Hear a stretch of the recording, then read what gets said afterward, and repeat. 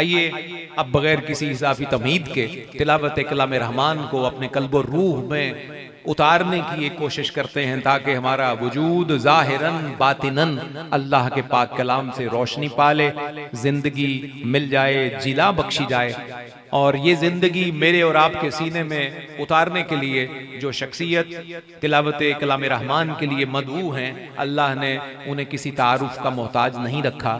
پوری دنیا میں آیات بینات کا نور پھیلانے میں ان کا کردار ہے، ان کا ایک پورا کیریئر ہے، ایک سٹرگل ہے، اور اس کے ساتھ ساتھ سینکڑوں شاگردوں کی تلامذہ کی ایک فہرست ہے جو اب ان سے کلام مجید کا نور لے کر پوری دنیا میں پھیلا رہے ہیں۔ عرض وطن کے مایہ ناز قاری قرآن استاذ القرہ فضیلت الشیخ جوہر آباد کی سرزمین سے ہمارے مخدوم و محترم جناب پروفیسر قاری محمد مشتاق انور صاحب سے گزارش ہے کہ تشریف لائیے اور اپنے لحن داؤدی کی برکتوں کے ساتھ کلام مجید فرقان حمید کا نور مہن شریف جھنگ کے ان فقیروں کے سینوں میں اتاریے۔ حضرت قاری پروفیسر محمد مشتاق انور صاحب۔ السلام علیکم ورحمۃ اللہ۔ حضرات، ایک بات میں جناب صفدر علی محسن صاحب کی دہراؤں گا کہ ان حروف، الفاظ اور کلمات کے اوپر ہم لوگ توجہ نہیں کرتے، جس طرح سے وہ میرے آنے سے پہلے تفہیم و تفاہم جیسے ہیوی ویٹ الفاظ استعمال فرما رہے تھے، اور پھر آپ نے یہ بھی فرمایا کہ امین امانات سراج و قمر۔ یہ بڑی بات ہے کہ لوگ سن کر ایسے الفاظ کو، کلمات کو ہضم کر لیتے ہیں۔ یقین جانیے کہ علم کی دنیا کے اندر اس کا بہت بڑا مقام ہے۔ اللہ رب العزت جناب صفدر علی محسن دامت برکاتہم العالیہ ان کے علم میں، حلم میں مزید برکتیں عطا فرمائے۔ درود پاک کے لیے عرض کروں گا، اور مجھے جو وقت دیا گیا ہے، ہوں تو میں میزبان، لیکن مہمان کے طور پہ جب بندہ اس چیئر کے اوپر بیٹھ جاتا ہے تو پھر بہت ساری ذمہ داریاں آ جاتی ہیں۔ اسی کے اندر میں اپنا کلام اللہ اور قصیدہ بردہ شریف کے چند اشعار پورے کر لوں گا۔ درود پاک پڑھ لیجئے۔ اللہم صلی اللہ علیہ وسلم۔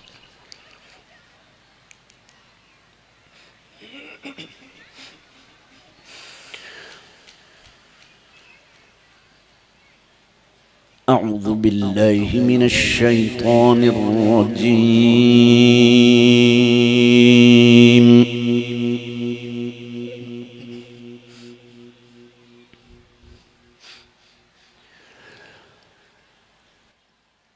بسم اللہ الرحمن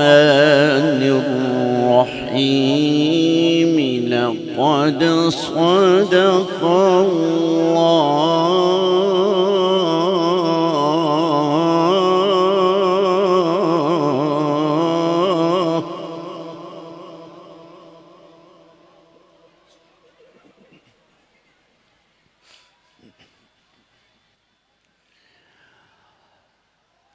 لقد صدق الله رسوله الرؤيا بالحق لتدخلن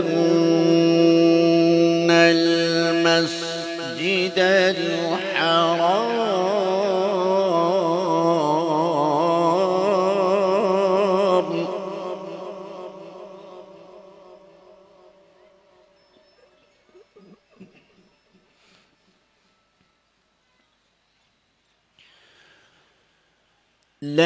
لتدخلن المسجد الحرام إن شاء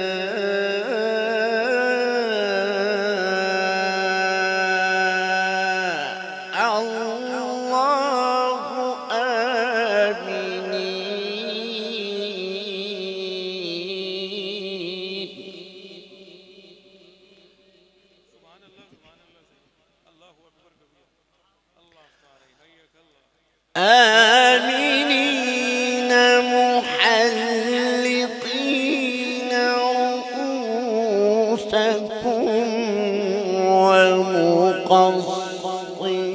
ومقصرين لا تخافون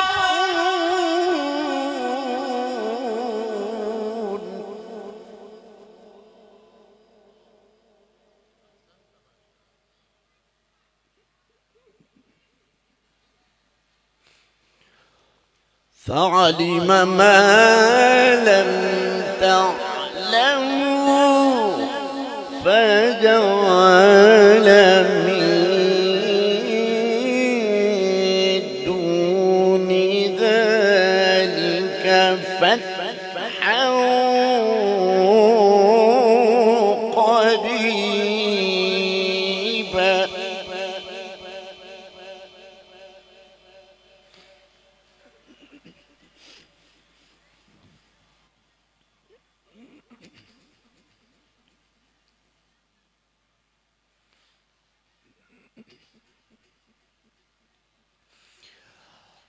لقد صدق الله رسوله الرؤيا بالحق لتدخلن المسجد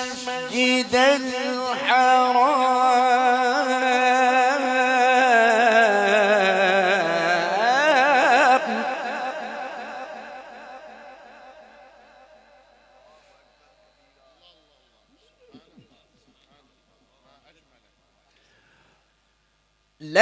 لتدخلن المسجد الحرام إن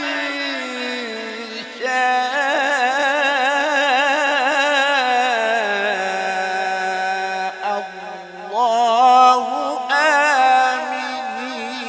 آمنين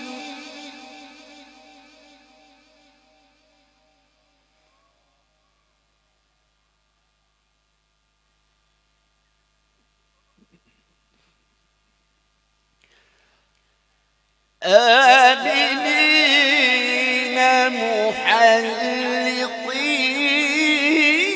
رؤوسكم ومقصرين لا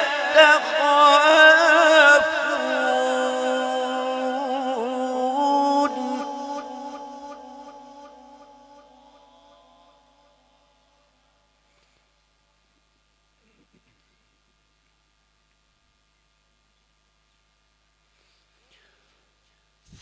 فعلم ما لم تعلموا فجعل من دون ذلك فتحا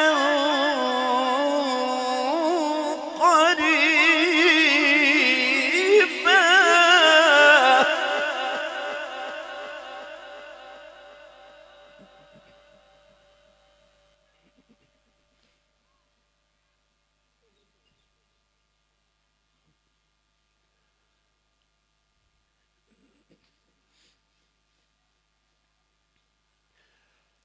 هو الذي أرسل رسوله بالهدى ودين الحق ليظهره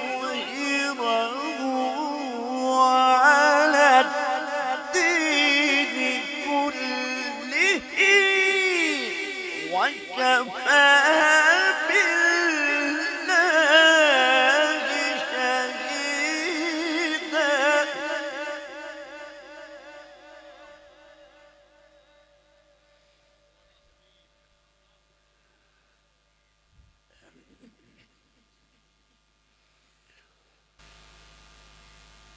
وكفى بالله شهيدا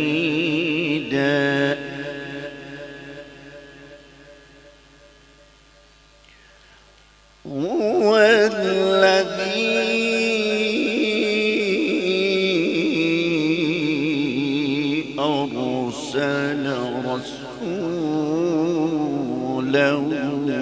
بالهدى ودين الحق.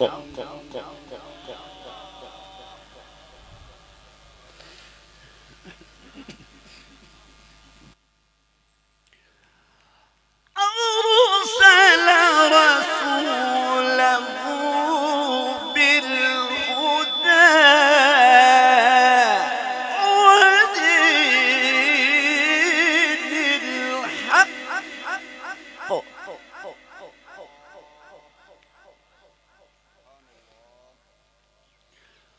أرسل رسوله بالهدى ودين الحق ليظهره على الدين كله.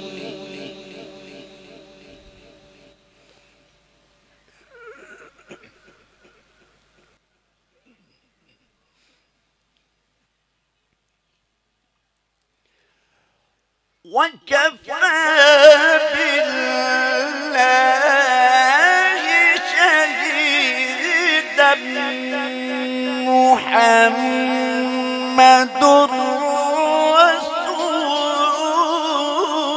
الله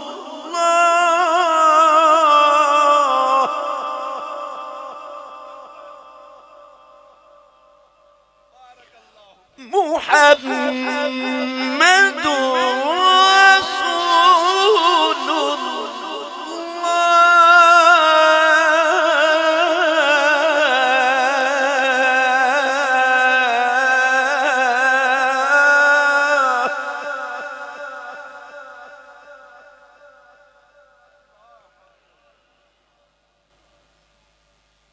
محمد رسول الله.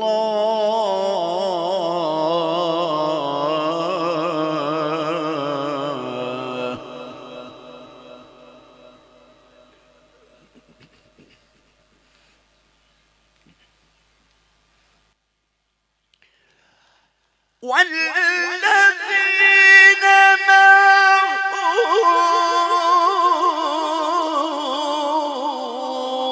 أشداء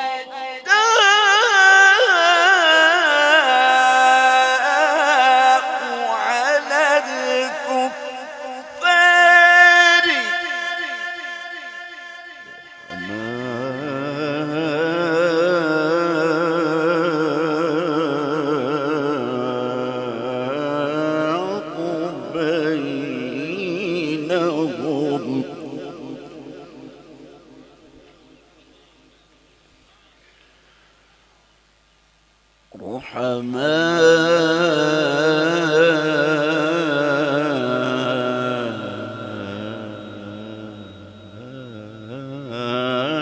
رحماء بينهم.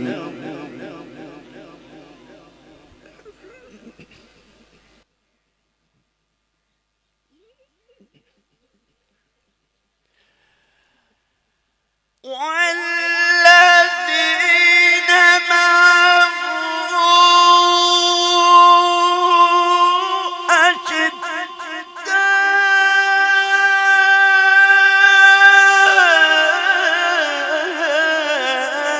أشداء على الكفار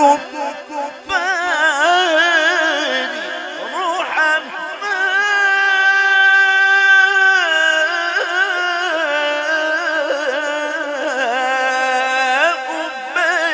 بينهم.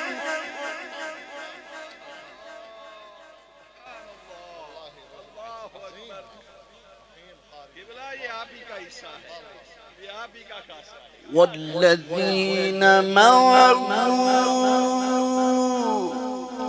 أشداء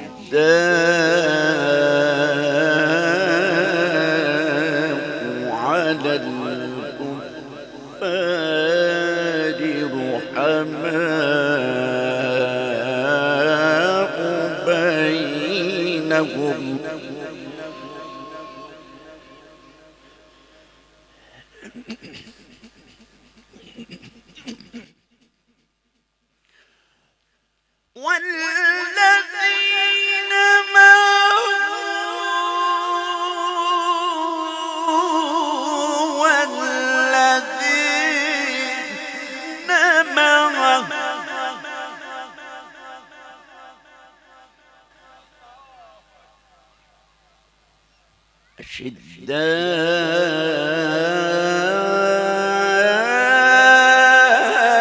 أشداء على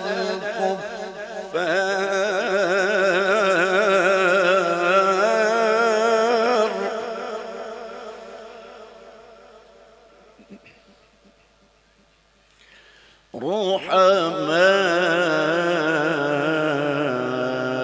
رحماء بينهم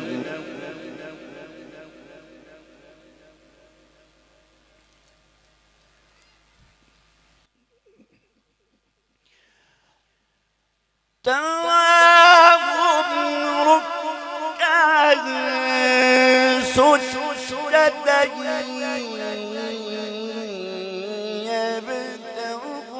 يبتغون فضلا من الله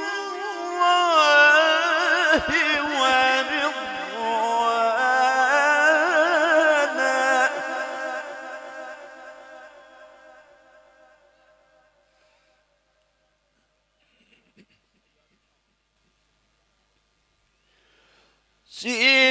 سيماهم في وجوههم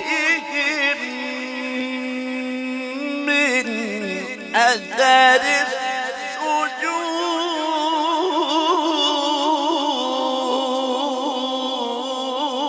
السجود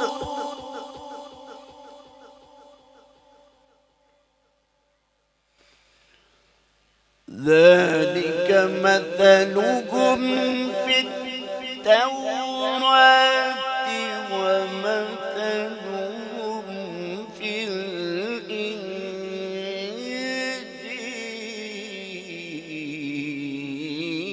الإنجيل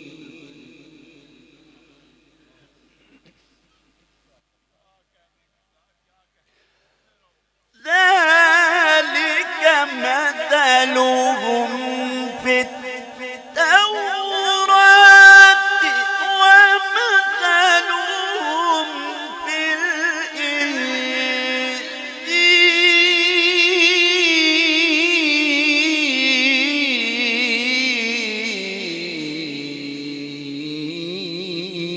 الإنجيل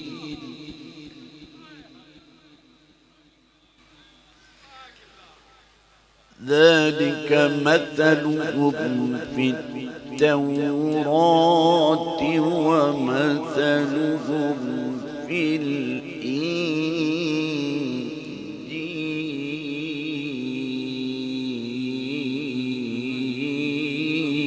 الإنجيل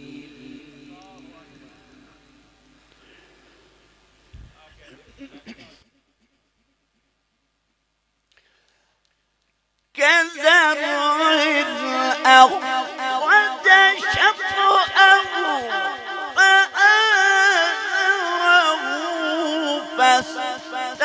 فآزره فاستهوى على سوقه يعجب الزراع ليغيظ بهم الكفار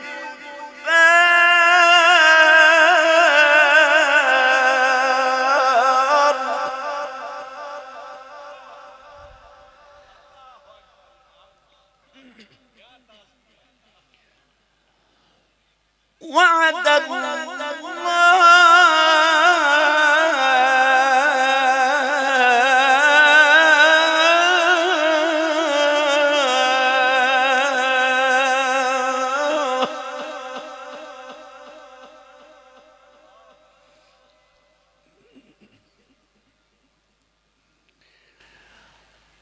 الذين آمنوا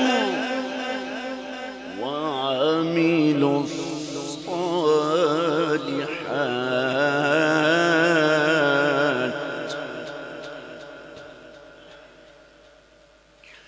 وعد الله الذين آمنوا وعملوا الصالحات منهم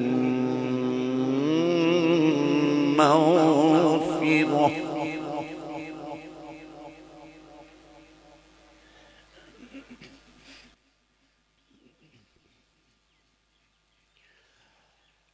وعد الله الذين آمنوا وعملوا الصالحات منهم مغفرة وأجرا عظيما.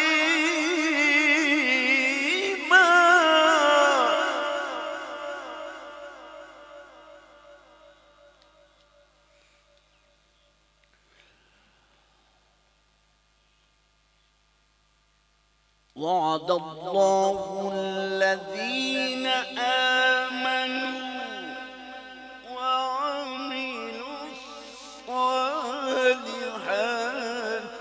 منهم مغفرة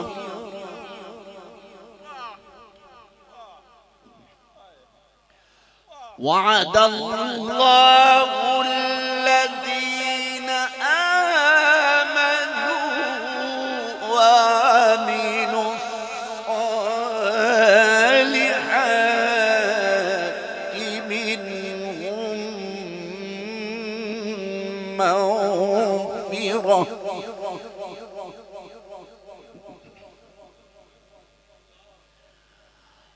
الذين آمنوا وعملوا الصالحات منهم مغفرة. وعد الله الذين آمنوا وعملوا الصالحات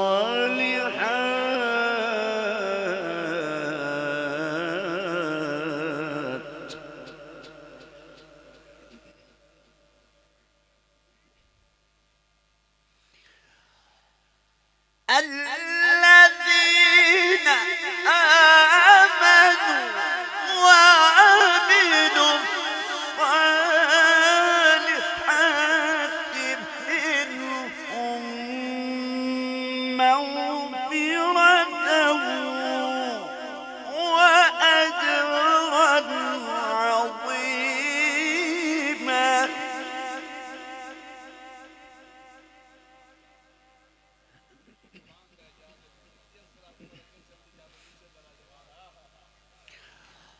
الله أكبر. بسم الله الرحمن الرحيم. إذا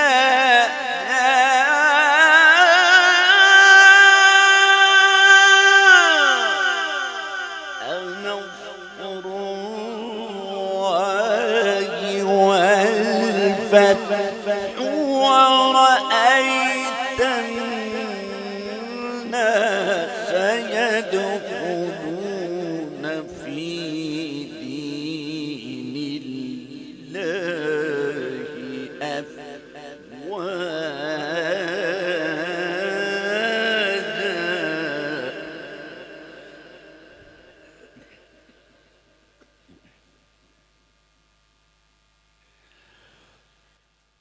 إذا جاء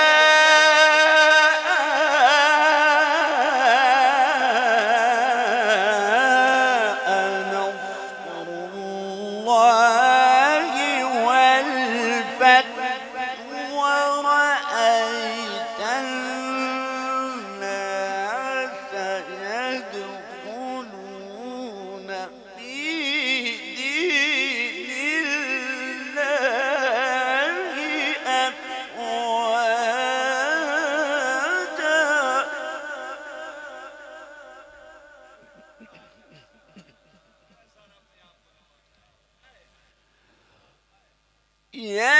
يدخلون في دين الله أفواجا. فسبح بحمد ربك واستغفره إنه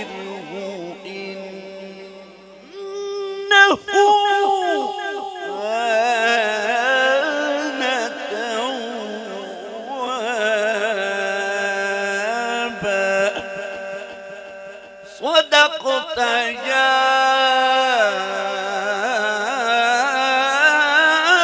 رب